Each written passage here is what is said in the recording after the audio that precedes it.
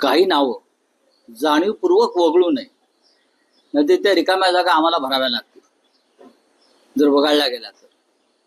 त्या उत्तम काम करतायत, ठीक आहे, त्यांना मुख्यमंत्री कार्यालय योग्य मदत करत असेल, कोणाला तरी मदत केली पाहिजे. जे मुख्यमंत्र्यांना थेट करता येत नाही ते मुख्यमंत्री जर अशा माध्यमातून आपल्या कार्यकर्त्यांच्या माध्यमातून करत असतील तर तरी सुद्धा त्याचं स्वागत केलं पाहिजे, पण काही नावं वगळू नये एवढंच माझं म्हणणं आहे. आणखी एक विषय होता की जी पंतप्रधानांची महिला आरक्षणासंदर्भात जी संकल्पना आहे, ज्यात मिस कॉल दिला गेला तो आणि त्याला पाठिंबा दिला असो, तुमच्या पक्षातून या संकल्पनेला पाठिंबा मिळताना दिसतं. याआधी प्रियांका चतुर्वेदी होत्या, काल विरोधी पक्षनेत्या किशोरी पेडणेकर यांनी पाठिंबा दिलेला आहे. पाठिंबा असं की आमच्या पक्षाचा या धोरणाला पाठिंबा आहेच ना, सगळ्याच पक्षांचा पाठिंबा आहे. फक्त ज्या पद्धतीनं डिलिमिटेशन होणार आहे त्या संदर्भात आम्ही चर्चा करू. पण महिला आरक्षण हा विरोधाचा विषय नाहीये, पण याचं श्रेय मोदींनी घेऊ नये. इतिहास घडवण्याचा ठेका भाजपने घेतलेला नाही, इतिहास घडवणार आहोत ना.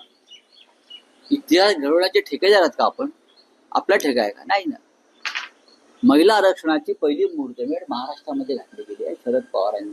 शरद पवार मुख्यमंत्री असताना वारंवार मी सांगतो, महाराष्ट्र, ज्योतिबा फुले, डॉक्टर बाबासाहेब आंबेडकर, बरं का, छत्रपती शाहू यांचा वारसा हा महिला आरक्षणासंदर्भात फार मोठा आहे.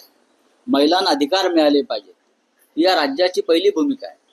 त्याच्यामुळे इतिहास घडवण्याचा जो ठेका आज भाजपचे लोक घेऊन फिरतायत ठेकेदारी करत, ते चुकीचं आहे.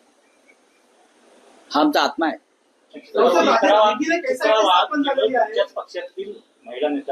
कारण त्यांच्या पक्षातला महिलांचा विरोध असेल. चित्रा वाघ पुष्पगुच्छ घेतात आणि तुमच्या महिला नेत्यांना जाऊन भेटतात आणि आभार मानतात आणि ते भेटू द्या. काय झालं त्याच्यामध्ये? झाला एक कप चहा गेला असेल आमच्या दोघांचा.